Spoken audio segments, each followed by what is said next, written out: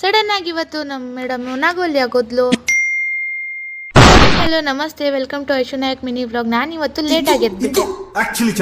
ಆಮೇಲೆ ನಾನು fresh up ಆಗಿ ತಿಂಡಿ ಮಾಡೋಣ ಅಂತ ಹೋದೆ. ಆಮೇಲೆ ತಿಂಡಿ ಮಾಡಿಕೊಂಡು ಅಕ್ಕ ಕಾಲ್ ಮಾಡಿದ್ಲು. ಅವಳ ಜೊತೆ ಹಾಗೆ ಮಾತಾಡ್ಕೊಂಡು ಅವಳು ಪಾಪು ತೋರಿಸ್ತಿದ್ಲು. ಅವನು ತುಂಬಾ ಚೆನ್ನಾಗಿ ಆಟ ಆಡ್ತಿದ್ದ. ಆಮೇಲೆ ನಾನು ಕಾಲೇಜ್ಗೆ ಅಂತ ಹೇಳಿ ರೆಡಿ ಆಗ್ತಿದ್ದೆ. ಬಿಸಿಲಿಗೆ ಹೋದ್ರೆ ಟ್ಯಾನ್ ಆಗಬಾರ್ದು ಅಂತ ಹೇಳಿ ಲೈಟಾಗಿ ಸನ್ಸ್ಕ್ರೀನ್ ಹಚ್ಕೊಂಡು ಹಾಗೆ ಬಟ್ ಇಟ್ಕೊಂಡು ನೆನೆ ಬಂದಿರೋ ಲಿಪ್ಸ್ಟಿಕ್ ಹಚ್ಕೊಂಡೆ.